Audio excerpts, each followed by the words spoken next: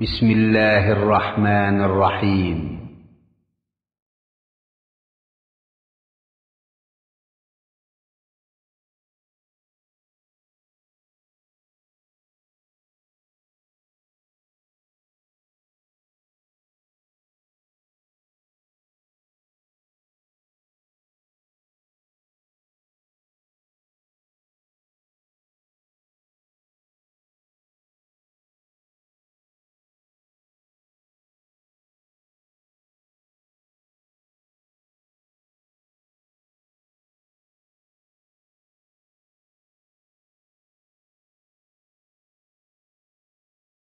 قل إن كنتم تحبون الله فاتبعوني يحببكم الله ويغفر لكم ذنوبكم والله غفور رحيم.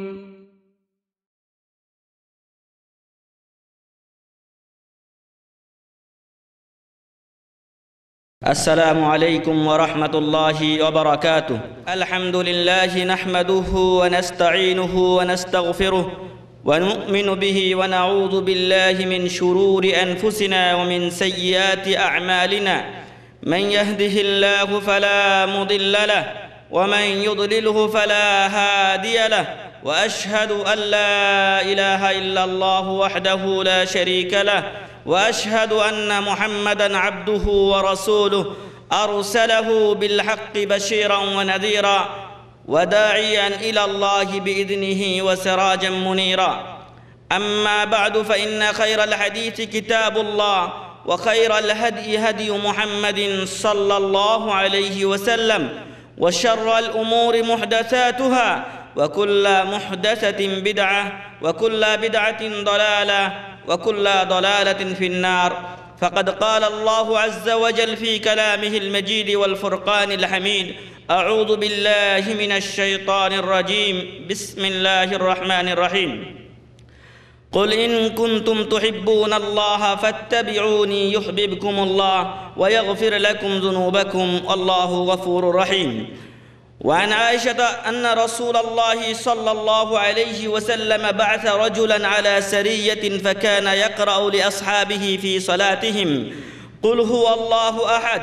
فلما رجعوا ذكروا ذلك للنبي صلى الله عليه وسلم فقال سألوه لأي شيء صنع هذا، فسألوه فقال لأنها صفة الرحمن، فأنا أحب أن أقرأها. فقال صلى الله عليه وسلم: أخبروه أن الله يحبه. رواه মুসলিম রাহিমাহুল্লাহ। যাবতীয় প্রশংসা ও গুণগান একমাত্র সেই মহামহিয়ান মহান রব্বুল আলামিনের জন্য, যিনি আজকে আমাদেরকে এই দার্সে বসার সুযোগ করে দিয়েছেন। সেই মহান রব্বুল আলামিনের শুকরিয়া আমরা আদা করি, বলি আলহামদুলিল্লাহ।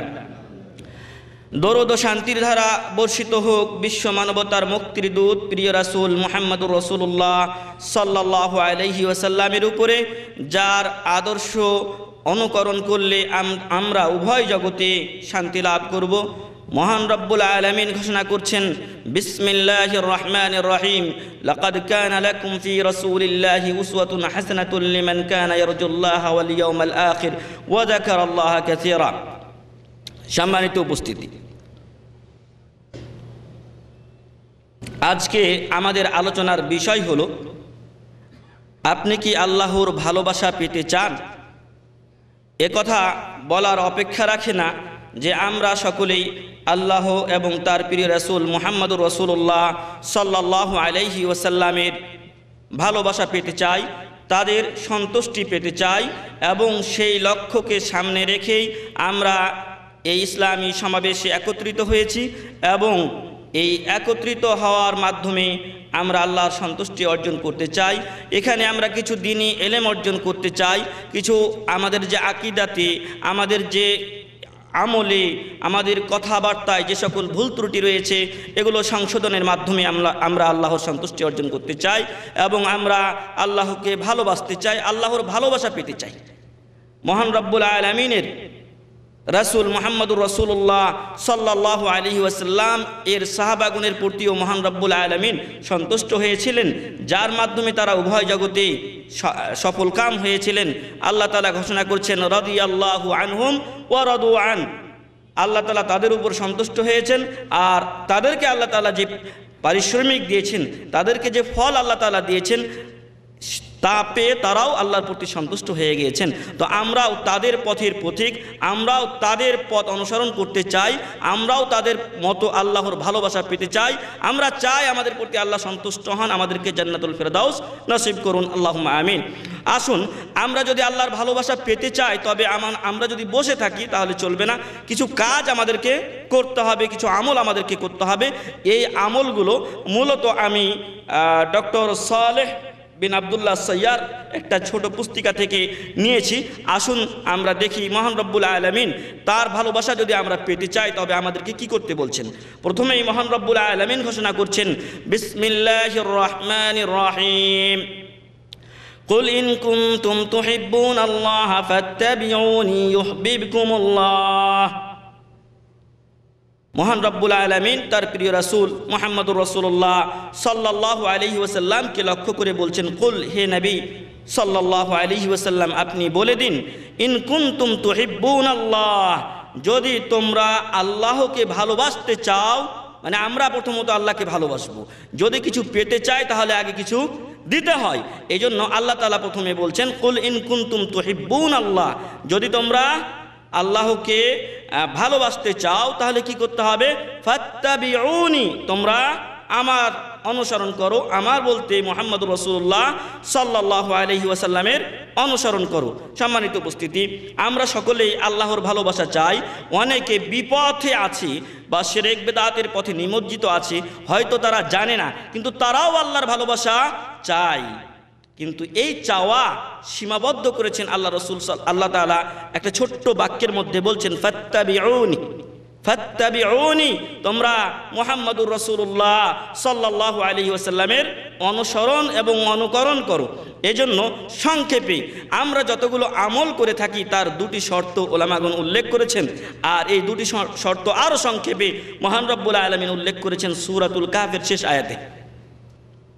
তিনি বলছেন বিসমিল্লাহির রহমানির রহিম, ফামান কানা ইয়ারজু লিকা রাব্বিহ ফালইয়ামাল আমালান সালিহা ওয়ালা ইউশরিক বিইবাদাতি রাব্বিহি আহাদা। ঘোষণা হচ্ছে এখানে যে তোমাদের মধ্যে যারা আল্লাহর সাথে সাক্ষাৎ করতে চায়, মুলাকাত করতে চায়, ফামান কানা ইয়ারজু লিকা আল্লাহ, আল্লাহর সাথে কাল কিয়ামতের ময়দানে দেখা করতে চাই, আল্লাহর দর্শন পেতে চাই, ফালইয়ামাল আমালান সালিহা, সেজন্য সৎকর্ম করে। আর এই সৎকর্মের ব্যাখ্যায় মুফাসসিরগণ সকলে একমত যে এর অর্থ হচ্ছে আই মুওয়াফিকান ওয়া মুত্তাবিআন লিসুন্নতি রাসূলিল্লাহি সাল্লাল্লাহু আলাইহি ওয়াসাল্লাম, আমার আপনার আমলটা আল্লাহ রাসূল সাল্লাল্লাহু আলাইহি ওয়াসাল্লামের নিয়ম অনুযায়ী হতে হবে, তার পদ্ধতি অনুযায়ী হতে হবে। আল্লাহ রাসূল সাল্লাল্লাহু আলাইহি ওয়াসাল্লাম কোনো আমলের একটা পদ্ধতি দেখিয়ে দিয়েছেন, আমি তার ভিন্ন অন্য পদ্ধতিতে করতে চাই, আমার আমল আল্লাহর কাছে গ্রহণ হবে না। দ্বিতীয় শর্ত বলছেন ওয়ালা ইউশরিক বিইবাদাতি রাব্বিহি আহাদা, আর আল্লাহর রাসূল সাল্লাল্লাহু আলাইহি ওয়াসাল্লামের তরিকায় আমল করলাম কিন্তু আমার আমল ইখলাস ওয়াজহিল্লাহ হলো না, আল্লাহকে সন্তুষ্ট করার জন্য হলো না, তাহলে সে আমলও আল্লাহর কাছে গ্রহণ হবে না, সেই আমল শিরকে রূপান্তরিত হবে। তাই আল্লাহ তাআলা বললেন ওয়ালা ইউশরিক বিইবাদাতি রাব্বিহি আহাদা, আর এই ইবাদত করতে গিয়ে তার পালনকর্তার সাথে, তার রবের সাথে, তার প্রভুর সাথে যেন অন্য কাউকে শরীক বা অংশীদার সাব্যস্ত না করে। তো আমরা যেটা বলছিলাম যে আমরা যদি আল্লাহকে ভালোবাসতে চাই, আল্লাহকে আমরা পেতে চাই, তাহলে আমাদেরকে আল্লাহ তাআলা বললেন ফাত্তাবিউনি, তোমরা ওই বিভিন্ন ব্যক্তির অনুসরণ না করে মুহাম্মদুর রাসূলুল্লাহ সাল্লাল্লাহু আলাইহি ওয়াসাল্লামের অনুসরণ করো। কিন্তু এই অনুসরণ আজকে আমাদের মাঝে নেই।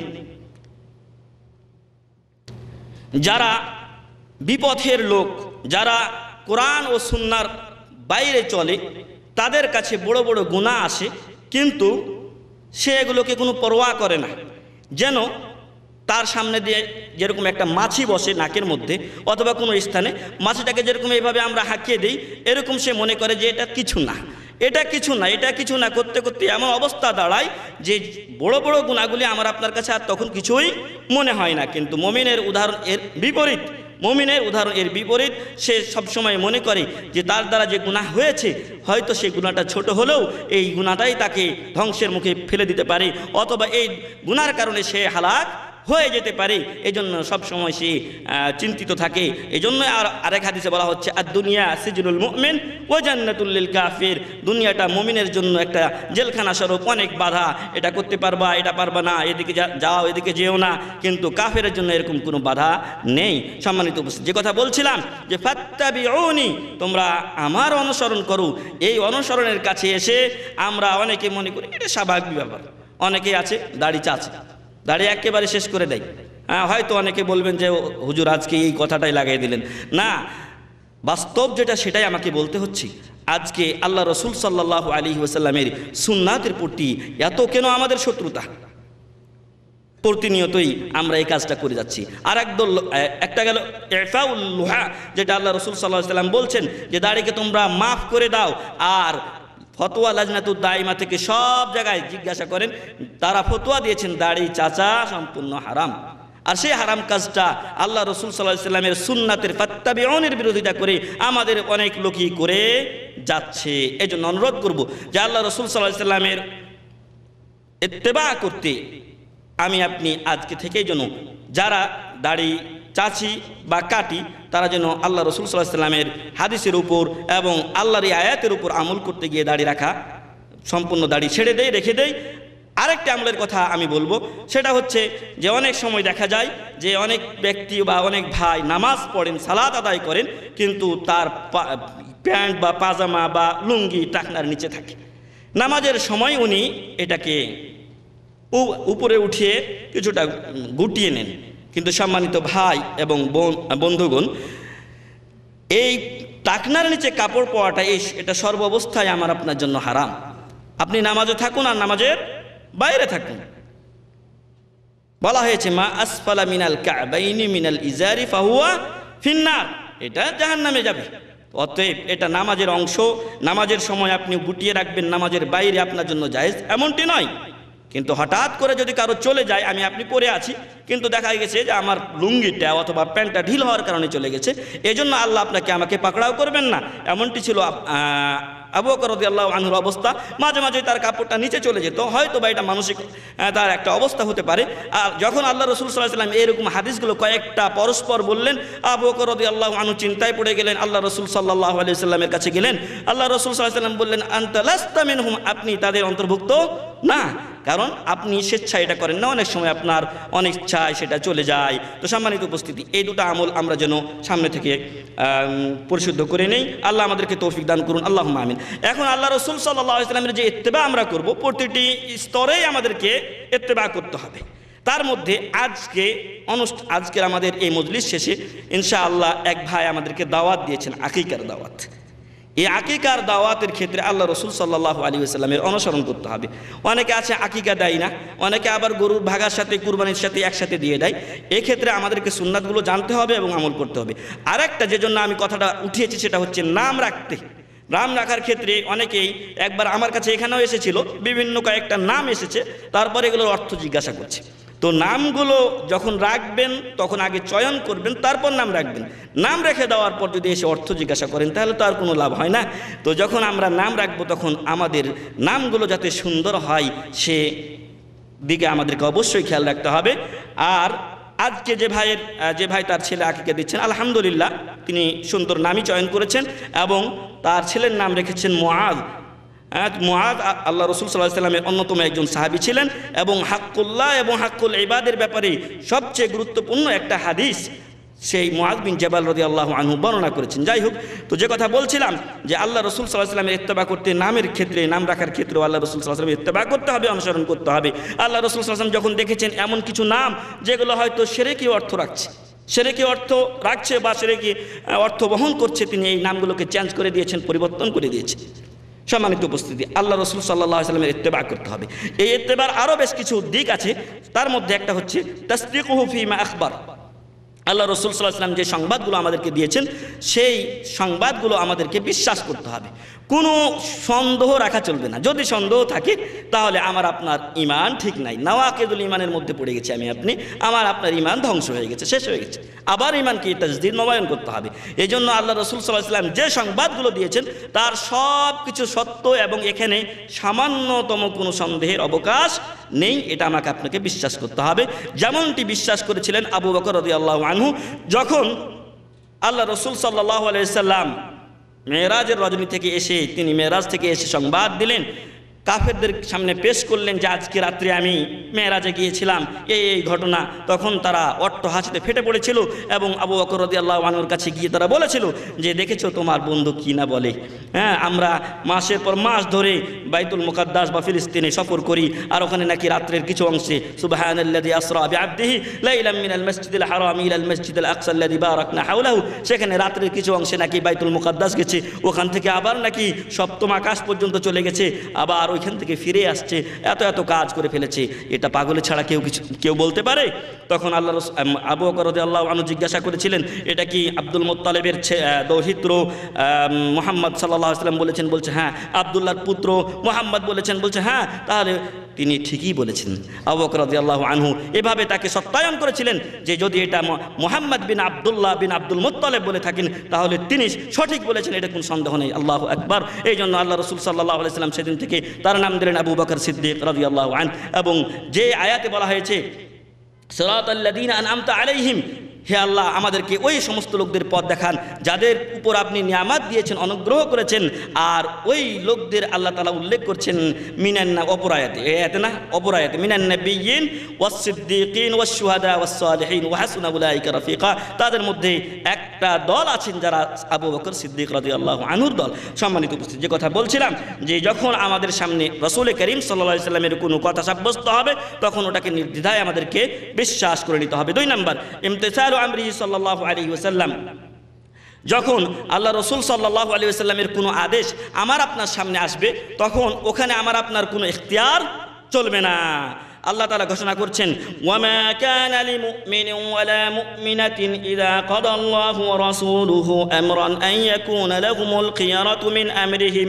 সূরা আহজাবের 36 নম্বর আয়াতে মহান রব্বুল আলামিন বলছেন যখন আল্লাহ এবং তার রাসূল সাল্লাল্লাহু আলাইহি ওয়াসাল্লাম কোনো আদেশ দিয়ে দেন, মুমিনদের সামনে সে আদেশ, সে নির্দেশ চলে আসে, তখন তাদের নিজেদের কোনো ওই ব্যাপারে ইখতিয়ার নেই। এই জন্যই তো আমি আপনি মুসলিম। মুসলিম মানে আত্মসমর্পণকারী। কার কাছে আমি আপনি আত্মসমর্পণ করছি? মহান রব্বুল আলামিনের কাছে। নবী মুহাম্মদুর রাসূলুল্লাহ সাল্লাল্লাহু আলাইহি ওয়াসাল্লাম যেভাবে চলতে বলেছেন, যেভাবে তিনি দেখিয়ে দিয়েছেন, সেভাবে চলার মাধ্যমে আমি আপনি আল্লাহর কাছে ইসতিসলামু লিল্লাহি বিত-তাওহীদ ওয়াল ইনকিয়াদু লাহু বিত-তাআহ ওয়াল বারাআতু মিনাশ শিরক, এটা আমি আপনি ঘোষণা করি ইসলাম আমি আপনি গ্রহণ করেছি, ইসলাম আমি আপনি নিয়ে এসেছি। তাই যখন আল্লাহ এবং তার রাসূলের কোনো বিধান আসবে তখন আমান্না ওয়া সাল্লামনা, ওটা আমাকে আপনাকে মেনে নিতে হবে। 3 নাম্বার জিনিস হচ্ছে আল্লাহ রাসূল সাল্লাল্লাহু আলাইহি ওয়াসাল্লাম আমাকে আপনাকে যা নিষেধ করেছেন তা থেকে অবশ্যই বিরত থাকতে হবে। যদি বিরত না থাকি তাহলে আমার আপনার রাসূল করিম সাল্লাল্লাহু আলাইহি ওয়াসাল্লামের ইত্তেবা করা হলো না। এরপরে 4 নম্বর জিনিস হচ্ছে আল্লাহ ইউকাদ্দিমা কাউলা আহাদিন মিনাল বাশার আলা কাউলিন নবী সাল্লাল্লাহু আলাইহি ওয়াসাল্লাম, মানুষদের মধ্য থেকে আল্লাহ রাসূল সাল্লাল্লাহু আলাইহি ওয়াসাল্লামের কথার উপরে অন্য কারো কথাকে প্রাধান্য দেওয়া চলবে না। যেখানে আল্লাহ রাসূল সাল্লাল্লাহু আলাইহি ওয়াসাল্লামের কথা চলে এসেছে সেখানে আবু বকর রাদিয়াল্লাহু আনহু, ওমর রাদিয়াল্লাহু আনহু তাদের কথাও মানা যাবে না। আব্দুল্লাহ ইবনে আব্বাস রাদিয়াল্লাহু আনহুমা বলছেন তার সামনে পেশ করা হলো একটা মাসআলা, তখন তিনি বললেন ক্বালা রাসূলুল্লাহ সাল্লাল্লাহু আলাইহি ওয়াসাল্লাম কাযা, এই মাসআলার ব্যাপারে আল্লাহ রাসূল সাল্লাল্লাহু আলাইহি ওয়াসাল্লাম এরকম বলেছেন। তখন মানুষেরা বললেন যে ক্বালা আবু বকর ওয়া ওমর কাযা, আবু বকর এবং ওমর রাদিয়াল্লাহু আনহুমা তারা এই মাসআলার ব্যাপারে এরকম বলেন। আব্দুল্লাহ ইবনে আব্বাস বাহরুল উম্মাহ, এবং যার জন্য আল্লাহ রাসূল সাল্লাল্লাহু আলাইহি ওয়াসাল্লাম দোয়া করেছিলেন, সেই আব্দুল্লাহ ইবনে আব্বাস রাদিয়াল্লাহু আনহুমা তিনি বলছেন ইউশাকু আন ইউনজালা আলাইকুম আন তুনজালা আলাইকুম হিজারাতাম মিনাস সামা আকুলু ক্বালা রাসূলুল্লাহ সাল্লাল্লাহু আলাইহি ওয়াসাল্লাম ওয়া তাকুলুনা ক্বালা আবু বকর ওয়া ওমর, আমার মনে হচ্ছে যে অতি সত্য তোমাদের উপর আসমান থেকে, আকাশ থেকে পাথর নিক্ষেপ হবে। আমি বলছি যে আল্লাহ রাসূল সাল্লাল্লাহু আলাইহি ওয়াসাল্লাম বলছেন আর তোমরা বলছো আবু বকর এবং ওমর বলছেন। আল্লাহু আকবার। যেখানে আল্লাহ রসুল সাল্লাল্লাহু আলাইহি সাল্লামের পরে দুজন সর্বশ্রেষ্ঠ উম্মতের লোক আবু বকর এবং উমরের সাথে আল্লাহ রসুল সাল্লাল্লাহু আলাইহি সাল্লামের কথার তুলনা চলে না। সেখানে আমার আপনার বর্তমান যুগের লোক কি করে যে পেশাব করে ঠিকমতো পানি নেয় না, পায়খানা করার পরে কীভাবে ইস্তেঞ্জা করতে হবে রাসূল করিম সাল্লাল্লাহু আলাইহি সাল্লামের সুন্নাত মোতাবেক সে জানে না, তাদের কথার সাথে আমার রাসূল মুহাম্মদুর রাসূলুল্লাহ সাল্লাল্লাহু আলাইহি সাল্লামের কথার তুলনা করতে পারি। তাই সম্মানিত উপস্থিতি, আমি আপনি যেন এই ভুলটি না করি যে আল্লাহ রাসূল সাল্লাল্লাহু আলাইহি সাল্লামের কথার উপরে অন্য কারো কথাকে প্রাধান্য দিই, বরং সব সময় আল্লাহ রাসূল সাল্লাল্লাহু আলাইহি সাল্লামের কথাকে আমাকে আপনাকে অগ্রাধিকার দিতে হবে। এরপরে 5 নম্বর জিনিস হচ্ছে আল্লাহ ইয়াবতাদিয়া ফি দীনিল্লাহি মা লাম ইয়াতি বিহি রাসূল সাল্লাল্লাহু আলাইহি ওয়াসাল্লাম কাওলান আও ফি'লান আও ই'তিকাদান। আল্লাহ রাসূল সাল্লাল্লাহু আলাইহি ওয়াসাল্লাম যে দিন নিয়ে এসেছেন সেই দিনের মধ্যে কোনো বেদাত করা চলবে না। আল্লাহ রাসূল সাল্লাল্লাহু আলাইহি ওয়াসাল্লাম যে দিন নিয়ে এসেছেন তা পরিপূর্ণ না অপরিপূর্ণ? পরিপূর্ণ দিন নিয়ে এসেছেন। আল্লাহ তাআলা ঘোষণা করছেন আল ইয়াউমা আকমালতু লাকুম দীনাকুম ওয়া আতমামতু আলাইকুম নি'মাতি ওয়া রাদিতু লাকুমুল ইসলাম দীনা। পরিপূর্ণ দিন আল্লাহ তাআলা আমাদেরকে দিয়েছেন, এখানে নতুন সংযোজনের কোনো দরকার নেই। অতএব সেটা আমল হোক, কাজ হোক আমার আপনার কথা হোক, অথবা আমার আপনার বিশ্বাস বা আকীদা হোক না কেন, কোনো স্থানেই ইসলামে নতুন কিছু সংযোজন করার অবকাশ নেই। এবং আল্লাহ রাসূল সাল্লাল্লাহু আলাইহি সাল্লামের ইত্তেবার অন্যতম শর্ত হচ্ছে যে তার দিনে নতুন কিছু সংযোজন করা চলবে না। এরপরে 6 নম্বর জিনিস হচ্ছে যে আল্লাহ ইয়াবতাদিআ ফি হাক্কিহি মা লাইসা মিনহু। আল্লাহ রাসূল সাল্লাল্লাহু আলাইহি ওয়াসাল্লাম তার নিজের ব্যাপারেও কোনো কিছু বেদাত করা যাবে না। একটা হচ্ছে তিনি যে দিন এনেছেন, এটা আগে আমরা বলেছি যে তিনি যে দিন নিয়ে এসেছেন সেই দিনের ব্যাপারে কোনো বেদাত করা চলবে না, নতুন সংযোজন করা চলবে না, বিয়োজন করা চলবে না। ঠিক এমনইভাবে আল্লাহ রাসূল সাল্লাল্লাহু আলাইহি ওয়াসাল্লামের নিজের নাফসের, নিজের আত্মার ব্যাপারেও কোনো কিছু নতুন সংযোজন করা চলবে না। কিন্তু এক্ষেত্রে এসে আমাদের দেশে ভুরি ভুরি বেদাত সৃষ্টি হয়ে গেছে। আল্লাহ রাসূল সাল্লাল্লাহু আলাইহি ওয়াসাল্লামের নিজের ব্যাপারে আল্লাহ রাসূল সাল্লাল্লাহু আলাইহি ওয়াসাল্লাম মেরাজে গিয়েছিলেন, ওই দিনের একটা ইবাদত শুরু করে দিয়েছে। এমনইভাবে আল্লাহ রাসূল সাল্লাল্লাহু আলাইহি ওয়াসাল্লামের জন্মদিবস, মৃত্যু দিবস ইত্যাদি তারা পালন করছে। কোনো এক আলেম লিখেছেন যে যদি আল্লাহ রাসূল সাল্লাল্লাহু আলাইহি ওয়াসাল্লামের জন্মদিবস পালন করে থাকো তোমরা, যদিও সেটা কোরআন হাদিসে তার কোনো দলিল নেই এবং সেটা একদম স্পষ্ট বেদাতের অন্তর্ভুক্ত, এরপরও তোমরা কি একবার খেয়াল করে দেখো না যে যেদিন তোমরা আনন্দ উৎসব করছো আল্লাহ রাসূল সাল্লাল্লাহু আলাইহি ওয়াসাল্লামের জন্মদিন উপলক্ষে, ওই দিনই তো আল্লাহ রাসূল সাল্লাল্লাহু আলাইহি ওয়াসাল্লাম এই দুনিয়া থেকে চলে গিয়েছিলেন। ইয়াউমুল ইসনাইন 12ই রবিউল আউয়াল, এটা সবচেয়ে বিশুদ্ধ যে আল্লাহ রাসূল সাল্লাল্লাহু আলাইহি ওয়াসাল্লাম এই দিনে চলে গিয়েছিলেন। কিন্তু তার জন্মদিবস নিয়ে ইখতিলাফ বাইনাল মুআররিখিন, ঐতিহাসিকদের মাঝে ইখতিলাফ বা মতভেদ আছে যে তিনি ইয়াউমুল ইসনাইন ঠিক আছে, কিন্তু সেটা 12ই রবিউল আউয়াল ছিল কিনা সে ব্যাপারে ইখতিলাফ আছে ঐতিহাসিকদের ভিতরে। সম্মানিত উপস্থিতি, যে দিনকে নিয়ে ইখতিলাফ ওই দিনে মিলাদ করছে আর খেয়াল করছে না একবারও যে সঠিক ইতিহাস অনুযায়ী আল্লাহ রাসূল সাল্লাল্লাহু আলাইহি ওয়াসাল্লাম 12ই রবিউল আউয়াল ইয়াউমুল ইসনাইন সোমবারের দিন দুনিয়া থেকে বিদায় নিয়েছিলেন। ওই দিন কি শোক করা দরকার নয়? সেদিন ওই কাফেরদের মানে কৃষ্টি কালচার এসে কী করছে, ঈসা আলাইহিস সালামের তারা জন্মদিবস পালন করে থাকে আর তার মৃত্যু দিবস ইত্যাদি ইত্যাদি দিবস পালন করে থাকে। মুসলমানরাও ঠিক ওইভাবে শুরু করে দিয়েছে মুহাম্মদ সাল্লাল্লাহু আলাইহি ওয়াসাল্লামের জন্মদিবস পালন করতে, কিন্তু খেয়াল করে না ওই দিন আল্লাহ রাসূল সাল্লাল্লাহু আলাইহি ওয়াসাল্লাম দুনিয়া থেকে চলে গেছেন। ওই দিন ও আনন্দ করছে, মানে তার বিপরীত দেখা যাচ্ছে তার আমলে। যাই হোক, সর্বাবস্থায় আগেই বলেছি যে জন্মদিবস হোক আর মৃত্যু দিবস হোক আর শোক দিবস হোক, যাই দিবস হোক না কেন সম্পূর্ণ সব কিছু এগুলো বেদাতের অন্তর্ভুক্ত। তো আল্লাহ রাসূল সাল্লাল্লাহু আলাইহি ওয়াসাল্লামের নিজের ব্যাপারে কোনো বেদাত করা চলবে না। 7 নম্বর জিনিস হচ্ছে আনতা'তাকিদা বিআন্না নবী সাল্লাল্লাহু আলাইহি ওয়াসাল্লাম লাইসা লাহু শাইউম মিনার রুবুবিয়্যাহ। এই বিশ্বাস করতে হবে যে আল্লাহ রাসূল সাল্লাল্লাহু আলাইহি ওয়াসাল্লাম এর রুবুবিয়্যাতে আল্লাহর যে প্রভুত্ব রয়েছে, আল্লাহ যে আমার আপনার রব, এই ব্যাপারে আল্লাহ রাসূল সাল্লাল্লাহু আলাইহি ওয়াসাল্লামের কোনো অধিকার নেই। অনেকে বলে যে আমি আল্লাহ রাসূল সাল্লাল্লাহু আলাইহি ওয়াসাল্লামের কাছে কবরে গিয়ে কিছু চাইলে তিনি দিবেন, নাউযুবিল্লাহি মিন যালিক। দেওয়ার মালিক মহান রব্বুল আলামিন। আল্লাহ রাসূল সাল্লাল্লাহু আলাইহি ওয়াসাল্লামের কাছে যদি আমি রোগ মুক্তি চাই তিনি রোগ মুক্তি করবেন আমার আপনার। এগুলো আমাদের দেশের যে শিরকানা আকীদা আছে, পীর বাবার কাছে বা মাজারে গিয়ে যেভাবে চাচ্ছে সেইভাবে মনে করে যে এদের বাবার বাবা তো আল্লাহ রাসূল সাল্লাল্লাহু আলাইহি ওয়াসাল্লাম, অতএব তিনি তো আরও দিতে পারবেন। সম্মানিত উপস্থিতি, এ হক মাত্র একমাত্র মহান রব্বুল আলামিনের। মহান রব্বুল আলামিন বলছেন সূরাতুল আরাফের 188 নম্বর আয়াতে, কুল লা আমলিকু লিনাফসি নাফআন ওয়া লা দাররা ইল্লা মা শা আল্লাহ। হে মুহাম্মদ সাল্লাল্লাহু আলাইহি ওয়াসাল্লাম, আপনি বলে দিন যে আমি লা আমলিকু লিনাফসি নাফআন ওয়া লা দাররা, আমার নিজের কোনো উপকার বা অপকার করার ক্ষমতা রাখি না। কুল লা আমলিক, আমি ক্ষমতা রাখি না, লিনাফসি আমার জন্য, নাফআন ওয়া লা দাররা, দরার হচ্ছে ক্ষতি আর নাফ হচ্ছে উপকার। উপকার অপকারের ক্ষতি নিজেই আমি নিজের রাখি না, ইল্লা মাশাআল্লাহ, তবে আল্লাহ যা ইচ্ছা করেন। যখন অনেক সময় আমি আপনি হয়তো নিজেকে কিছুটা বাঁচিয়ে নিতে পারি, এটা কি জন্য? এটা আল্লাহ চেয়েছেন বলেই। কিন্তু আল্লাহর ইচ্ছার বিরুদ্ধে আমি আপনি নিজেকে ক্ষতি থেকে বাঁচাতেও পারি না, ঠিক এমনই কোনো উপকারও পৌঁছাতে পারি না। এটা যদি তার নিজের জন্য হয়, তাহলে অপরের জন্য কি করে হতে পারে যে আরেকজনকে তিনি বাঁচিয়ে দিবেন? সম্মানিত উপস্থিতি, তাই আমাদের খেয়াল রাখতে হবে যে আল্লাহ রসুল সাল্লাল্লাহু আলাইহি সাল্লাম রুবুবিয়্যাতের ব্যাপারে, এই পৃথিবী পরিচালনার ব্যাপারে, গুনাহ মাফের ব্যাপারে, অথবা আমার আপনার ক্ষতি উপকার বা কোনো কিছু দেওয়া বা বাধা দেওয়ার ব্যাপারে কোনো ক্ষমতা রাখেন না। এই হক একমাত্র মহান রব্বুল আলামিনের। এই জন্য আমাকে আপনাকে প্রত্যেকের হক জানতে হবে এবং তাকে সে হক আদায় করে দিতে হবে। আল্লাহর হক আল্লাহর স্থানে এবং রাসূল করিম সাল্লাল্লাহু আলাইহি ওয়াসাল্লামের হক রাসূলের স্থানে। আল্লাহর পরেই আমরা যাকে মানব তিনি হলেন মুহাম্মদ সাল্লাল্লাহু আলাইহি ওয়াসাল্লাম। এরপরে ৮ নম্বর হচ্ছে ইহতিরামু আকওয়ালিহি বিমানা লা তাদাওয়া হাদিসাহু সাল্লাল্লাহু আলাইহি ওয়াসাল্লাম ফি আমাকিন গায়রি লায়িকা। আল্লাহ রাসূল সাল্লাল্লাহু আলাইহি ওয়াসাল্লামের কথাগুলিকে সম্মান করতে হবে, ইহতিরাম করতে হবে। আল্লাহ রাসূল সাল্লাল্লাহু আলাইহি ওয়াসাল্লামের যেখানে হাদিসগুলো আছে, ওই হাদিসের কিতাবটাকে আমি এক জায়গায় ফেলে রেখে দিলাম, এমনটি আমার আপনার দ্বারা যেন না হয়। অনেক সময় আপনারা বই নিয়ে যান আমাদের এখান থেকে, এই বইগুলোতে আল্লাহ রাসূল সাল্লাল্লাহু আলাইহি ওয়াসাল্লামের এবং মহান রব্বুল আলামিনের বাণী লিখিত থাকে। অনেক সময় এটা চটি বই হোক না কেন, হয়তো দেখবেন 20 পৃষ্ঠার বই অথবা 15 পৃষ্ঠার বই, কিন্তু এরপরও এখানে কোরআন ও হাদিস লিখিত আছে। তাই এটাকে কোনো সময় পায়ের যেখানে হয়তো চলাফেরা করছে এরকম স্থানে আপনি ফেলে রাখবেন না, বরং এটাকে এক মর্যাদাকর স্থানে, একটু উঁচু স্থানে রাখবেন। এইভাবেই আল্লাহ রসুল সাল্লাল্লাহু আলাইহি ওয়াসাল্লামের হাদিসগুলিকে আমাদেরকে ইহতিরাম করতে হবে। এমনইভাবে আল্লাহ রসুল সাল্লাল্লাহু আলাইহি ওয়াসাল্লামকে যেভাবে সাহাবাগুন যখন জীবিত ছিলেন রাসূল সাল্লাল্লাহু আলাইহি ওয়াসাল্লাম তখন সম্মান করেছেন, ঠিক তেমনি আল্লাহ রসুল সাল্লাল্লাহু আলাইহি ওয়াসাল্লামের মৃত্যুর পরও তাকে আমাদেরকে সম্মান করতে হবে। আল্লাহ রসুল সাল্লাল্লাহু আলাইহি ওয়াসাল্লামের কবরে গিয়ে, ওখানে গিয়ে চিল্লাচিল্লি করা যাবে না, আমাদের আওয়াজটা উঁচু করা যাবে না। বলা হচ্ছে কোরআনের আয়াতে, ইয়া আইয়ুহাল্লাযীনা আমানু লা তারফাউ আসওয়াতাকুম ফাওকা সাওতিন নাবিয়্যি ওয়া লা তাজহারু লাহু বিল কাওল কাজাহরি বা'দিকুম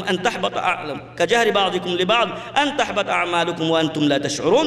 যে হে মুমিনরা, তোমরা তোমাদের আওয়াজকে আল্লাহ রাসূল সাল্লাল্লাহু আলাইহি ওয়াসাল্লামের আওয়াজের উপরে উঁচু করিও না, ওয়া লা তাজহারু লাহু, এবং চিল্লাচিল্লি করিও না তার কাছে তোমরা, কাজাহরি বা'দিকুম লিবা'দ, আমি আপনি যখন আছি পরস্পর তখন বন্ধু বান্ধব চিল্লাচিল্লি করতে পারি, কিন্তু রাসূল সাল্লাল্লাহু আলাইহি ওয়াসাল্লামের কাছে কি তোমরা চিল্লাচিল্লি করিও না? কাজাহরি বা'দিকুম লিবা'দ, তোমাদের পরস্পরের চিল্লাচিল্লির মতো বা জোরে কথা বলার মতো। আর যদি করো তাহলে কি হবে? ও এটা সম্ভাবনা রয়েছে যে আন তাহবাতা আমালুকুম, তোমাদের আমলগুলো নষ্ট হয়ে যাবে, ওয়া আনতুম লা তাশউরুনা, তোমরা জানতেই পারবে না। সম্মানিত যে কথাগুলো বললাম প্রায় 9টি পয়েন্ট আমরা বলেছি, এগুলো হচ্ছে আল্লাহ রাসূল সাল্লাল্লাহু আলাইহি ওয়াসাল্লামকে ইত্তেবা করার ধারাবাহিক যে সিরিয়াল, সেগুলো আমরা উল্লেখ করলাম। এভাবেই আল্লাহ রাসূল সাল্লাল্লাহু আলাইহি ওয়াসাল্লামে ইত্তেবা করতে হবে, যেগুলো আমরা উল্লেখ করলাম এখানে এবং এর আগে উল্লেখ করেছি। এই দিকগুলো দিয়ে আল্লাহ রাসূল সাল্লাল্লাহু আলাইহি ওয়াসাল্লামকে আমাদেরকে অনুসরণ করতে হবে। এরপরে যদি আমরা এটা করতে পারি তাহলে আল্লাহ বলছেন কি, ইউহিব্বুকুমুল্লাহ, যেটা আমাদের আজকের বিষয়, যে আল্লাহর ভালোবাসা আমি আপনি কি পেতে চাই? তো যদি আমি আপনি এই কাজটা করি, আল্লাহ রাসূল সাল্লাল্লাহু আলাইহি ওয়াসাল্লামের পদে পদে অনুসরণ করি, আল্লাহ তাআলা বলছেন ইউহিব্বুকুমুল্লাহ, মহান রব্বুল আলামিন তোমাদেরকে ভালোবাসবেন। ওয়া ইয়াগফির লাকুম যুনুবাকুম, ইসলামের নিয়ম এবং প্রিয় রাসূল সাল্লাল্লাহু আলাইহি ওয়াসাল্লামের এক বিশেষ দিক এবং ভালো দিক ছিল যে যখন তাকে প্রশ্ন করা হতো, তো প্রশ্ন করার চাইতে উত্তরটা একটু আরও স্পষ্ট করে দিতেন। আল্লাহ রাসূল সাল্লাল্লাহু আলাইহি ওয়াসাল্লামের সাহাবাগণ যখন সমুদ্রে ভ্রমণ করতেন তখন তাদের কাছে অল্প পানি থাকতো, আর যদি ওই পানি দিয়ে ওযু করেন তারা, তাহলে খাওয়ার পানি শেষ হয়ে যায়, লবণাক্ত পানি থাকে। আর আপনারা জানেন এই সমুদ্রের পানি কেমন লবণাক্ত, আর ওই লবণাক্ত পানি তাদের পক্ষে পান করা সম্ভব নয়। আল্লাহ রাসূল সাল্লাল্লাহু আলাইহি ওয়াসাল্লামকে সাহাবাগণ জিজ্ঞাসা করলেন যে আমরা কি সমুদ্রের পানি দিয়ে ওযু করব? প্রশ্ন এতটুকু, আমরা কি সমুদ্রের পানি দিয়ে ওযু করব? আল্লাহ রাসূল সাল্লাল্লাহু আলাইহি ওয়াসাল্লাম বললেন হুয়া তাহুরু মাউহু ওয়াল হিল্লু মাইতাতুহু, এই পানিটা পবিত্র, মানে ওযু করা জায়েজ। তারপরে বললেন আরেকটু জিয়াদা বললেন অতিরিক্ত, ওয়াল হিল্লু মাইতাতুহু, এখানে যে সকল মাছ ইত্যাদি জিনিস যেগুলো খাওয়া হালাল, এগুলো যখন এখানে মরে যায় তখন এগুলো খাওয়াও হালাল। ওয়াল হিল্লু মাইতাতু, এর মৃত্যু জিনিসগুলো খাওয়া হালাল। সম্মানিত উপস্থিতি, এখান দিয়ে প্রমাণ যেটা করতে চেয়েছি সেটা হচ্ছে যে আল্লাহ তাআলা আমাদেরকে তো ভালোবাসবেন যদি রাসূল সাল্লাল্লাহু আলাইহি ওয়াসাল্লামের ইত্তেবা করি, এরপরও আরও কিছু জিনিস অতিরিক্ত দেওয়া হবে, সেগুলো হচ্ছে ওয়ায়াগফির লাকুম যুনুবাকুম, আল্লাহ আমাদের গুনাহগুলি ক্ষমা করে দিবেন। সুবহানাল্লাহি ওয়া বিহামদি ওয়াল্লাহু গফুরুর রহিম। আর গুনাহ ক্ষমা করার জন্য আল্লাহর কি গুণ দরকার? ক্ষমাশীল হওয়া দরকার। তাই আল্লাহ বললেন আল্লাহু গফুরুর রহিম, আল্লাহ ক্ষমাশীল, রহিম দয়ালু। যদি দয়া না করে ক্ষমা করবে কি করে? এই জন্য প্রত্যেক আয়াতের শেষে যেখানে বলা হয়েছে গফুরুর রহিম অথবা আরও বিভিন্নভাবে শেষ করা হয়েছে, ওই শেষ করার সাথে তার আয়াতের একেবারে সুন্দর মিল আছে, যেটা হয়তো যারা অর্থ জানি না আমরা বুঝতেও পারি না। এখানে মহান রব্বুল আলামিন ওয়াগফির লাকুম যুনুবাকুম উল্লেখ করলেন, তারপরে বললেন আল্লাহু গফুরুর রহিম। যাই হোক, আমরা যদি মহান রব্বুল আলামিনের ভালোবাসা পেতে চাই তাহলে এক নম্বরে আল্লাহ রসুল সাল্লাল্লাহু আলাইহি ওয়াসাল্লামের অনুসরণ করতে হবে, তবে আল্লাহ তাআলা আমাদেরকে ভালোবাসবেন, আমাদের গুনাহগুলো ক্ষমা করবেন। আল্লাহ আমাদেরকে তাদের অন্তর্ভুক্ত করুন, আল্লাহুম্মা আমিন। এরপরে 2 নম্বর যে কথা বলবো আমরা, সেখানে বেশ কয়েকটি গুণের কথা বলা হয়েছে।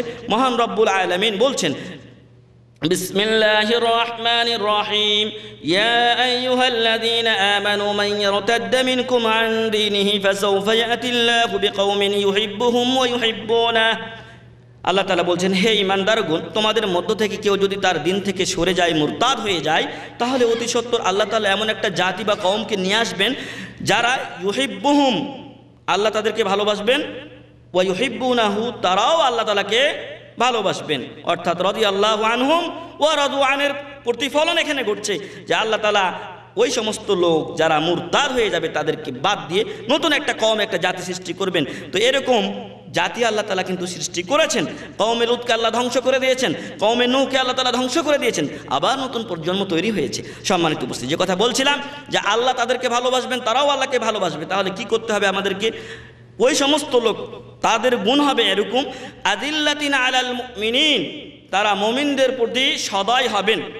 আমরা পরস্পর আমাদেরকে সদয় হতে হবে, একজন আরেকজনের বিপদে আপদে আমাদেরকে সাড়া দিতে হবে। এমনইভাবে যদি একজন আরেকজনের উপরে কোনো বিপদ দেখি অথবা দেখি আরেকজন তার উপরে নির্যাতন করছে, জুলুম করছে, তাহলে আমাকে আপনাকে তার প্রতিবাদ জানাতে হবে। তো আদিল্লাতিন আলাল মুমিনিন, মুমিনদের প্রতি তারা সদয় হবে, এটা ওই সমস্ত লোকদের গুণ। আইজ্জাতিন আলাল কাফিরিন, কিন্তু কাফিরদের প্রতি তারা খুব কঠোর হবে। আর এই কথাটাই মহান রব্বুল আলামিন আর এক আয়াতে বলছেন, মুহাম্মাদুর রাসূলুল্লাহ ওয়াল্লাযীনা মাহু আশিদ্দাউ আলাল কুফফারি রুহামাউ বাইনাহুম।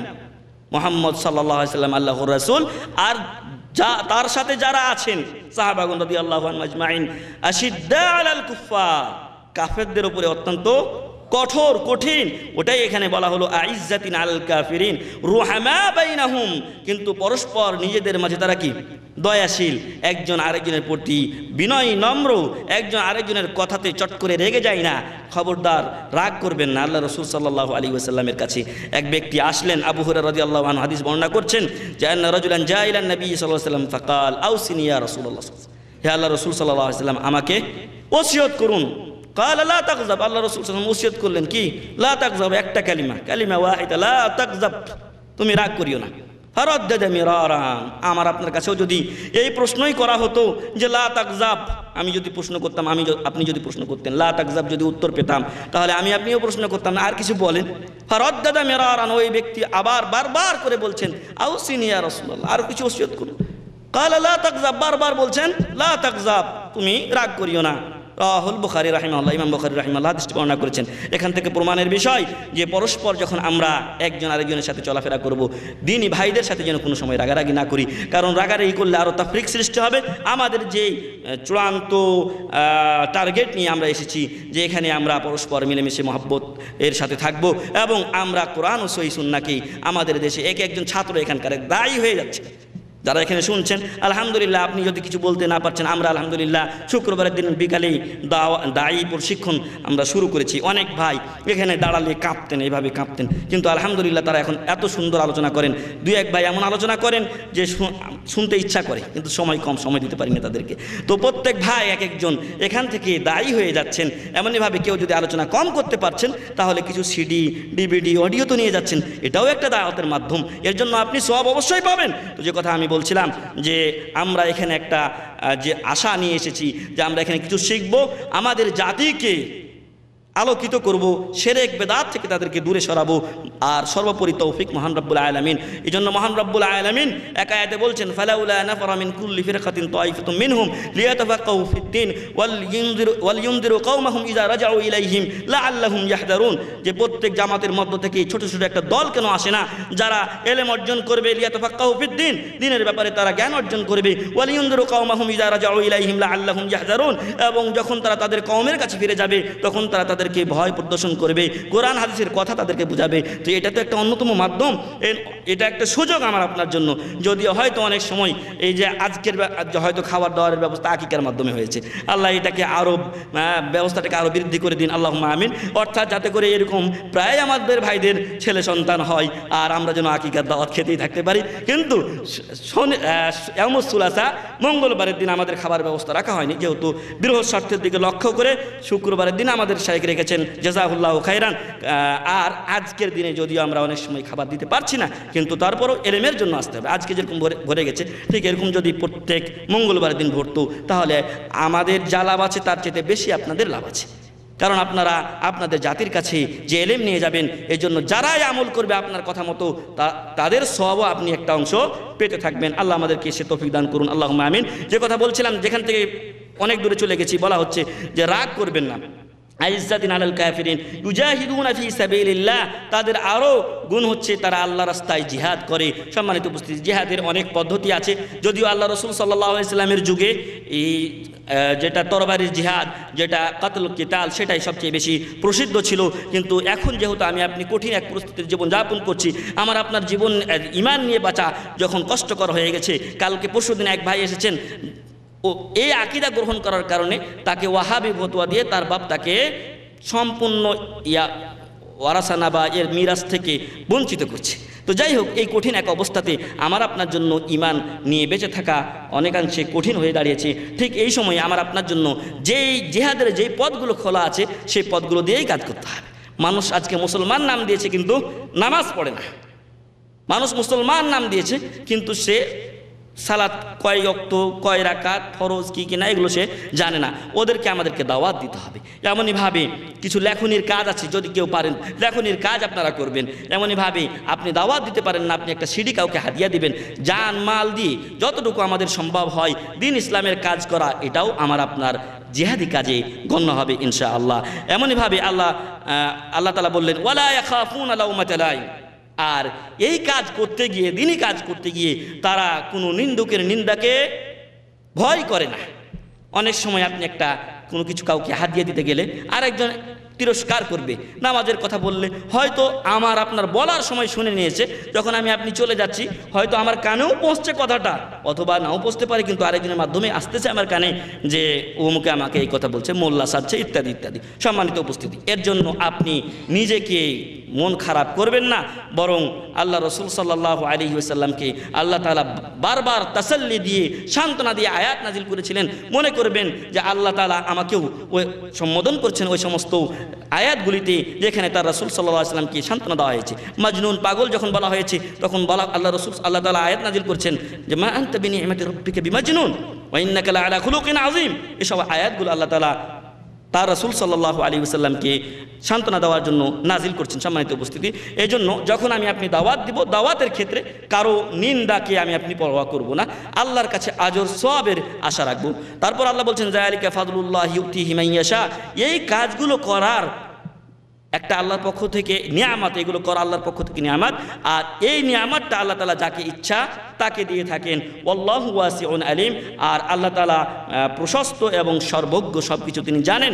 এবং এই জানার মধ্যে একটা রয়েছে যে কাকে তিনি এই নিয়ামতটা দান করবেন। সম্মানিত উপস্থিতি, এরপর আমি একটা হাদিস পেশ করেছিলাম, সেই হাদিসটার সারমর্ম হচ্ছে বা যদি বিষয় নির্ধারণ করা হয় সেটা হচ্ছে যে আমরা যদি আল্লাহর ভালোবাসা পেতে চাই তাহলে আমাদেরকে সূরাতুল ইখলাস বেশি বেশি করে পাঠ করতে হবে। হাদিসে এসেছে, উম্মুল মুমিনিন আয়েশা রাদিয়াল্লাহু আনহা বর্ণনা করছেন, আন্না রাসূলুল্লাহ সাল্লাল্লাহু আলাইহি ওয়াসাল্লাম বা'আথা রাজুলান আলা সারিয়াতিন। আল্লাহ রসুল সাল্লাল্লাহু আলাইহি ওয়াসাল্লাম একজন ব্যক্তিকে, সারিয়া বলা হয় ছোট ছোট টিম যাদেরকে যুদ্ধের জন্য প্রেরণ করা হতো, অথবা কোনো এলাকার সংবাদ নিয়ে আসার জন্য প্রেরণ করা হতো, অথবা দেখা যেত যে একটা কাফেলা, হয়তো বিধর্মীদের মুশরিকদের কাফেলা যাচ্ছে, ওই কাফেলাকে ধাওয়া করার জন্য আল্লাহ রাসূল সাল্লাল্লাহু আলাইহি ওয়াসাল্লাম যাদেরকে পাঠাতেন এই দলকে বলা হতো সারিয়া। এই সারিয়ার আমির করে আল্লাহ রাসূল সাল্লাল্লাহু আলাইহি ওয়াসাল্লাম একজনকে পাঠালেন। ফাকানা ইয়াকরাউ লি আসহাবিহি ফি সালাতিহিম কুল হুয়াল্লাহু আহাদ। আর ওই সাহাবী তিনি যেহেতু আমির, অতএব তিনি জামাতের নামাজের ইমামতি করতেন। তো তিনি প্রত্যেক রাকাতে যে সূরা মিলাতেন তার সাথে শেষে কি করতেন? সূরা ইখলাস পড়তেন। তিনি একটা সূরা ফাতিহা পড়লেন, এরপর একটা সূরা মিলালেন, শেষে আবার সূরা ইখলাস প্রত্যেক রাকাতে যখন জেহরি কিরাত থাকতো তিনি পাঠ করতেন। এভাবে করতে করতে তাদের সফর শেষ, ফিরে আসলেন। ফালাম্মা রাজাউ যাকারু যালিকা লিন-নবী সাল্লাল্লাহু আলাইহি ওয়াসাল্লাম। যখন তারা ফিরে আসলেন তখন আল্লাহ রাসূল সাল্লাল্লাহু আলাইহি ওয়াসাল্লামের কাছে এই কথা উল্লেখ করলেন। ফাকালা সালুহু লিআইয়ি শাইইন সানা হাদা। আল্লাহ রাসূল সাল্লাল্লাহু আলাইহি ওয়াসাল্লাম বললেন, ওকে জিজ্ঞাসা করে দেখো কেন সে এরকম কাজ করেছে। ফাসালুহু, সাহাবাগণ জিজ্ঞাসা করলেন যে আল্লাহ রাসূল সাল্লাল্লাহু আলাইহি ওয়াসাল্লাম বলছেন আপনি এই কাজটা কেন করেছেন, আপনাকে জিজ্ঞাসা করতে। ফাকালা, তিনি বললেন লিআন্নাহা সিফাতুর রহমান। কেননা এই সূরাতে, তিনি বলছেন উত্তরে যে আমি এটা বারবার এই জন্য পড়েছি যে এই সূরাতে মহান রব্বুল আলামিনের গুণাবলীগুলি উল্লেখ করা হয়েছে। মহান রব্বুল আলামিনের রাসূল মুহাম্মদুর রাসূলুল্লাহ সাল্লাল্লাহু আলাইহি ওয়াসাল্লাম যখন এক আল্লাহর দাওয়াত দিলেন তখন কাফেররা কি বলেছিল? সিফলানা রাব্বাক, তোমার রব কেমন, তোমার প্রভু কেমন, পালনকর্তা কেমন, আমাদেরকে একটু তার গুণাগুণ বর্ণনা করো। মহান রব্বুল আলামিন তখন সূরাতুল ইখলাস নাজিল করলেন, বলে দিলেন বিসমিল্লাহির রহমানির রহিম কুল হুয়াল্লাহু আহাদ। বলে দাও হে মুহাম্মদ সাল্লাল্লাহু আলাইহি ওয়াসাল্লাম আল্লাহ এক এবং অদ্বিতীয়, আল্লাহুস সামাদ, আল্লাহ অমুখাপেক্ষী, আল্লাহুস সামাদ লাম ইয়ালিদ ওয়া লাম ইউলাদ, আল্লাহ কাউকে জন্ম দেননি এবং কারো কাছ থেকে জন্মগ্রহণ করেননি। ওয়া লাম ইয়াকুল লাহু কুফুয়ান আহাদ, এবং আল্লাহর সমকক্ষ কেউ নেই।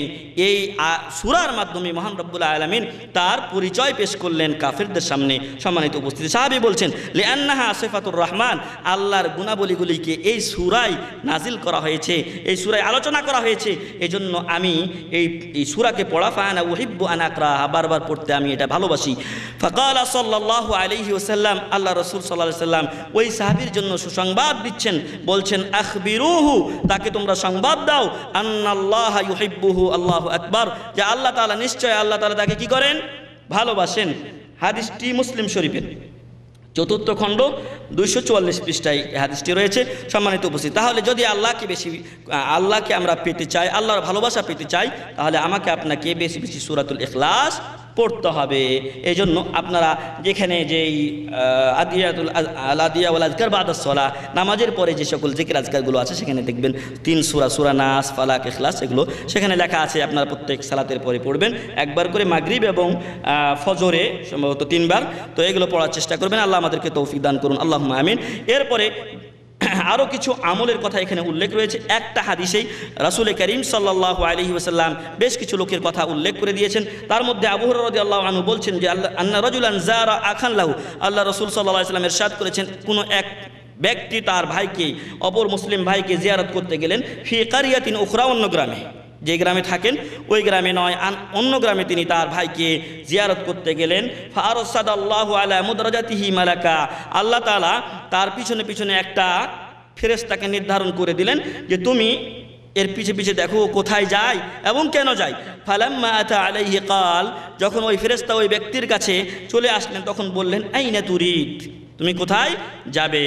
ক্বালা উরিদু আখাল্লি ফি হাযিহিল কারিয়া, উনি বললেন যে আমার একটা ভাই অমুক গ্রামে আছেন, তার কাছে আমি যাচ্ছি তাকে জিয়ারত করার জন্য।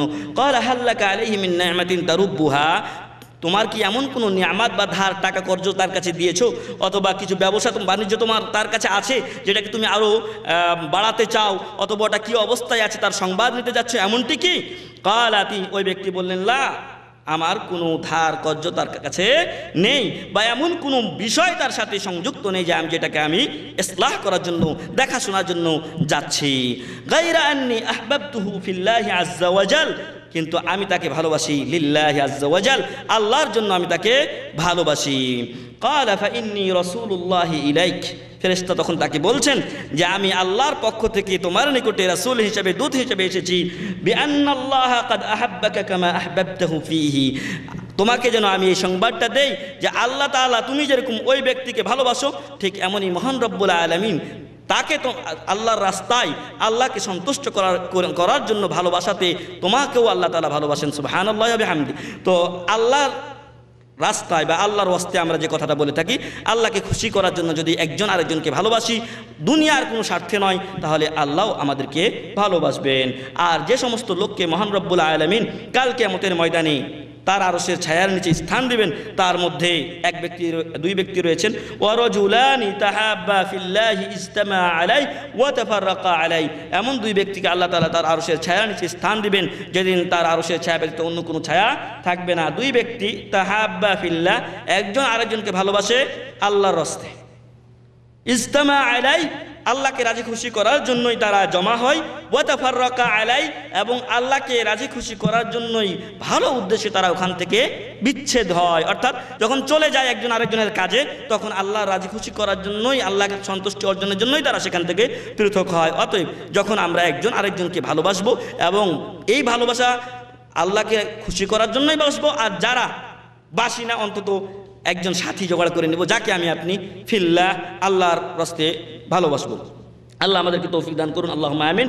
হাদিসটি মুসলিম শরীফের। এরপরে অপর হাদিসে আল্লাহ রাসূল সাল্লাল্লাহু আলাইহি ওয়াসাল্লাম বলছেন, ক্বাল আল্লাহু আযজা ওয়া জাল, আল্লাহ তাআলা বলছেন, অর্থাৎ হাদিসে কুদসি, সেখানে বলা হচ্ছে ওয়াজাবাত মুহাব্বাতি লিল মুতাহাব্বিনা ফিয়া, যারা আমাকে খুশি করার জন্য আমার রাস্তায় একজন আরেকজনকে ভালোবাসে, তাদের প্রতি ভালোবাসা আমার জন্য ওয়াজিব হয়ে গেছে। ওয়াল মুতাজালিসিনা ফিয়া, এবং যারা আমার রাস্তায় বা দ্বীনের আলোচনা করার জন্য বসে, আমরা মুতাজালিসিনা ফিয়া, মহান রব্বুল আলামিনকে রাজি খুশি করার জন্য ইলমের মজলিসে বসেছি। আর যখন কোনো ইলমের মজলিসে আমরা বসি, তখন এটাকে হাফাতহুমুল মালাইকা, ফেরেশতারা ঘিরে নেন, ওয়া নাযালাত আলাইহিমুস সাকিনাহ, তাদের প্রতি আল্লাহর শান্তি নাজিল হয়, ওয়া গাশিয়াতহুমুর রাহমাহ, আল্লাহর রহমতে আমাদেরকে আচ্ছাদিত করে নেয়, এবং বলা হচ্ছে ওয়া যাকারাহুমুল্লাহু ফীমান ইনদাহ, আল্লাহর কাছে যারা আছেন ফেরেশতাদের কাছে আল্লাহ তাআলা আমাদের কথা জিকির করেন। দেখো আমার এই বান্দারা, তারা আমার দ্বীনকে শেখার জন্য, আমার দ্বীনকে জানার জন্য, কোরআন ও সহিহ সুন্নাহ মোতাবেক আমলের জন্য তারা আজকে এখানে একত্রিত হয়েছে। এদেরকে দেখে আল্লাহ তাআলা গর্ব করেন। সম্মানিত উপস্থিতি, পরিশেষে এদের কি অবস্থা হয়, এদেরকে আল্লাহ তাআলা ক্ষমা করে দেন। সুবহানাল্লাহি ওয়া বিহামদিহি। একজন ফেরেশতা বলেন যে তাদের মাঝে এক লোক আছে, ও এখানে ইলম চর্চার জন্য বা ওয়াজ শোনার জন্য আসেনি, খাওয়ার জন্য শুধু আসছে, অথবা অন্য কোনো কাজের জন্য আসছে। তো আল্লাহ তাআলা বলবেন যে লা ইশকা জালিসুহুম, যাক বেচারা যখন এদের সাথে এসেছে, এই মজলিসটা যেহেতু ইলমের মজলিস, এদের মাধ্যমে আমি ওকে আর দুর্ভাগা করতে চাই না, ওকেও ক্ষমা করে দিলাম। সুবহানাল্লাহি ওয়া বিহামদিহি। এই জন্য একটা কথা বলে, সৎসঙ্গে স্বর্গে বাস, অসৎসঙ্গে সর্বনাশ। এই সৎসঙ্গে কিছুটা আসার জন্য আল্লাহর ক্ষমাটা পাওয়া যাচ্ছে। সম্মানিত উপস্থিতি, যে কথা বললাম যে মুতাজালিসিনা ফি, আল্লাহর রাস্তায় যারা বসেন, আলাপ আলোচনা করেন, অনেক সময় হয়তো এক আলেমের কাছে গেলেন, একটা মাসলা নিয়ে জানতে চান, আপনি এমনি দুনিয়ার আলোচনা না করে, হয়তো দুনিয়াবি দরকার থাকলে আপনি সেটা সারেন, কিন্তু সাথে সাথে কিছুটা দ্বীনের আলোচনা করেন।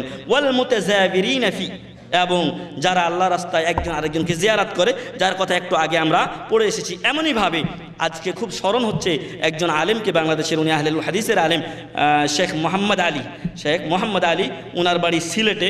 আমি যখন নরসিংদী গিয়েছি, তখন হঠাৎ আমি একটা চাকরি করতাম, খালি বাংলাদেশ ঘুরে বেড়াতে হতো। তো নরসিংদীতে যখন গেছি, তখন তাদেরকে যখন জিজ্ঞাসা করলাম, তখন তারা বললেন যে ঢাকা থেকে বা সিলেটে, উনি কখন কোন জায়গা থেকে এসেছেন আল্লাহই জানে।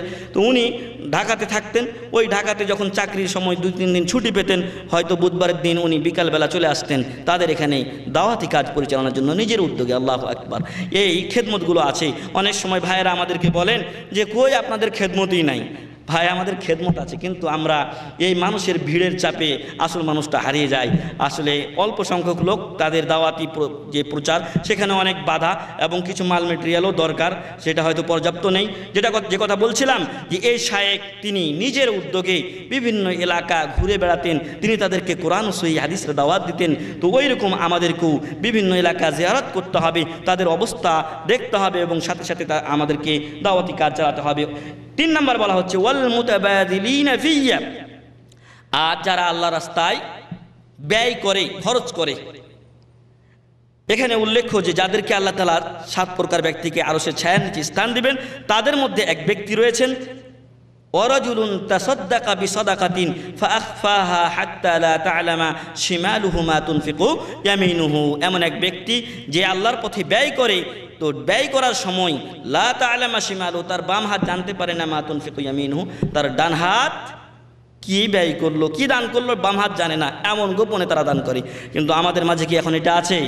আমাদের মাঝে হয়তো আকাল্লু মিনাল কালিল, একদম কম, কিন্তু কিছু বান্দা এখনও আছে। আর বেশিরভাগ ক্ষেত্রে এটাই হয়ে গেছে, মানুষ দেখানোর জন্য দান খায়রাত হয়ে গেছে।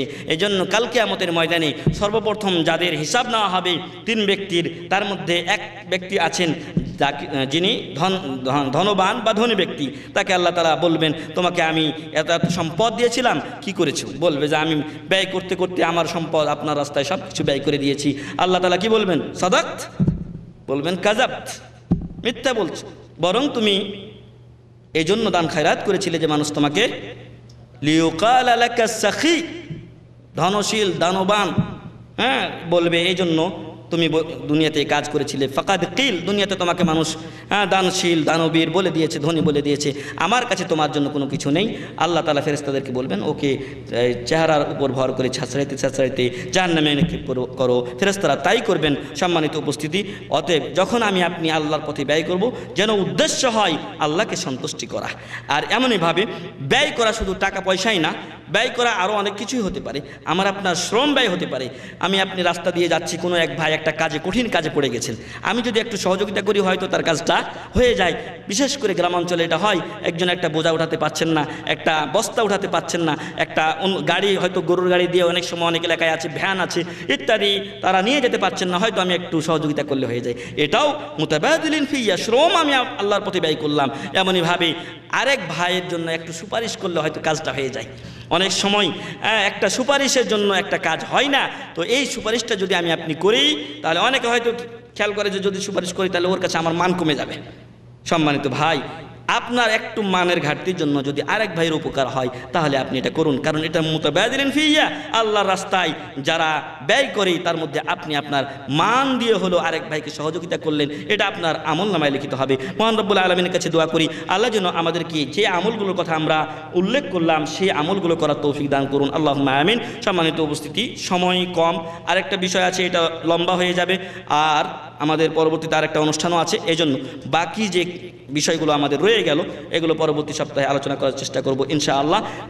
পরিশেষে এটাই বলতে চাই যে আমরা যেই কাজগুলো, আমলগুলোর কথা এতক্ষণ ধরে আলোচনা করলাম, শুধু শুনে এ কান দিয়ে শুনলাম আর এ কান দিয়ে বের করে দিলাম, এমনটি যেন না হয়, বরং আমাদের যেন উদ্দেশ্য হয় যা শুনলাম তা আমরা আমল করব।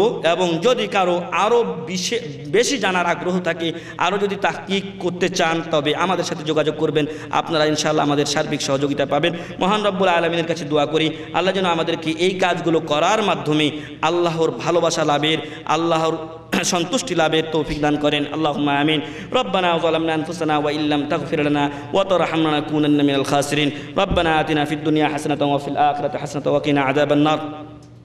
এক ভাই প্রশ্ন করেছেন, অজান্তে মা বা তার সন্তানের জন্য একটি গরু দিয়ে 4+2 জনের অধিকার আকিকা দিয়ে থাকলে জানার পর পুনরায় সুন্নাত মোতাবেক আকিকা দিতে হবে কিনা। সম্মানিত প্রশ্নকারী ভাইকে বলছি যে আসলে মূলত এটা সুন্নাত থাকে 7, 14, 21 দিন পর্যন্ত। যখন আপনি আমল করতে না পারি, তো কিছু কিছু আলেম ওলামা বলছেন যে পরবর্তীতে দিয়ে দিতে পারে, তবে সেটা পুরাপুরি সুন্নাত মোতাবেক হচ্ছে না।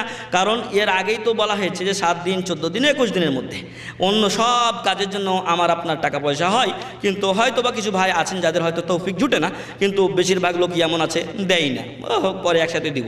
তো এরকম অলসতা করা ঠিক না। তো যখন জানতে পেরেছে, যদি তার সামর্থ্য থাকে দিতে পারে, দিয়ে দিলে উত্তম। কারণ ভাগাতে যেটা 4+2 জনের আকিকা দিয়েছে গরু দিয়ে, তো এগুলো তো হবে না। কারণ আল্লাহ রাসূল সাল্লাল্লাহু আলাইহি ওয়াসাল্লাম এই হাসান হুসাইনের যখন আকিকা দিয়েছেন, তখন কাবশাইনি আমলাহাইন, মোটা তাজা 2টা দুম্বা দিয়েছেন, অথবা আমার আপনার যেটা ছাগল আছে দেশে সেটা দিতে পারি, এতে কোনো। আর যদি মেয়ে হয় তাহলে একটা দিতে হবে, ছেলে হলে 2টা, মেয়ে হলে একটা। আর এর উপরই আমল করার জন্য যদি, যেহেতু ওটা আদায় হয়নি, ওটা গরু গোস্ত খাওয়া হয়েছে, হ্যাঁ স্পষ্ট করেই বলি, ওটা আর গরুর গোস্ত খাওয়া হয়েছে, যদি দিতে চাই তাহলে দিয়ে দিবেন ইনশাআল্লাহ। এরপরে কত দিনের মধ্যে আকিকা দিতে হয় এটা উল্লেখ করেছি। তো সময় মতো না দিলে মরার আগ পর্যন্ত যে কোনো সময় আকিকা দিতেই হবে এরকম কোনো শর্ত আছে কিনা, যদি সামর্থ্য না থাকে তাহলে দেওয়ার কোনো প্রয়োজন নেই, সামর্থ্য থাকলে দিয়ে দিলে ভালো। এরপর আকিকা না দিয়ে মারা গেলে আকিকা সম্পর্কে জিজ্ঞাসিত হবে কি না, মৃত ব্যক্তির জন্য আকিকা দিতে হবে কি না, মৃত ব্যক্তির জন্য কোনো দরকার নেই, আর আকিকা সম্পর্কে জিজ্ঞাসা করা হবে না যদি তৌফিক প্রথমত না থাকে। অনেকে আছে আমার বাবা আমার আকিকা দিয়েছিলেন কিন্তু পরবর্তীগুলো দিতে পারেননি, তো কী হয়েছে, আটকে আছে নাকি? আটকে থাকবে না, তখন তার সামর্থ্য ছিল না, পরবর্তীতে কেউ যদি ভালো কাজ মনে করে তো দিবে, আর না যদি দেয় কোনো সমস্যা নেই। রসুলকে বাবার বাবা বলা ঠিক কি? বলা হচ্ছে প্রশ্নে যে রাসূল সাল্লাল্লাহু আলাইহি ওয়াসাল্লামকে বাবার বাবা বলা ঠিক কি? তো রাসূল সাল্লাল্লাহু আলাইহি ওয়াসাল্লাম নিজেই শিক্ষা দিয়েছেন তাকে কি বলতে হবে। ইন্নামা আনা আবদুন ফাকুলু আব্দুল্লাহি ওয়া রাসূলু, আমি একজন আল্লাহর দাস, তোমরা আমাকে আব্দুল্লাহ এবং তার রাসূল বলবে। এই জন্য আমরা রাসূল সাল্লাল্লাহু আলাইহি ওয়াসাল্লামই বলবো।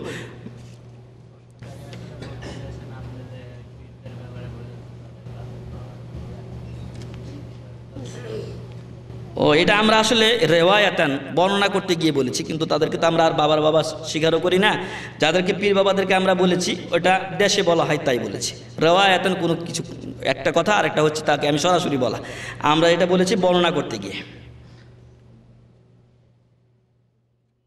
এক ভাই বলেছেন যে আমার চাকরি নাই, আমার একটা চাকরি জরুরি দরকার। এই যে এখনই চলে এসেছে মুতাবাদিলিনা ফি, একটু আগে আমরা পড়লাম।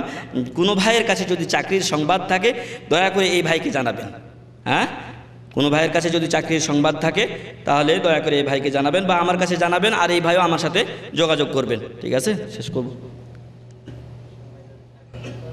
না, 15 মিনিট সময় আছে, 10টা বেজে যাবে, অনেক লোকের কাজ আছে। তো যাই হোক, বাকি প্রশ্নগুলো ইনশাআল্লাহ পরবর্তীতে জবাব দেওয়ার চেষ্টা করব। মহান রব্বুল আলামিনের কাছে দোয়া করি আল্লাহ যেন আমাদের সকল গুনাহ খাতা মাফ করেন, আল্লাহুম্মা আমিন। মহান রব্বুল আলামিন যেন আমাদেরকে যেভাবে আজকে এখানে একত্রিত করেছেন, কাল কিয়ামতের ময়দানে আল্লাহর ভালোবাসা এই দুনিয়াতে অর্জন করে জান্নাতুল ফিরদাউস এইভাবে একত্রিত করেন, আল্লাহুম্মা আমিন। রব্বানা ইগফির লানা ওয়া লিইখওয়ানিল্লাযিনা সাবাকুনা বিল ঈমান ওয়া লা তাজআল ফি কুলুবিনা গিল্লাল লিল্লাযিনা আমানু রব্বানা ইন্নাকা রাউফুর রহিম।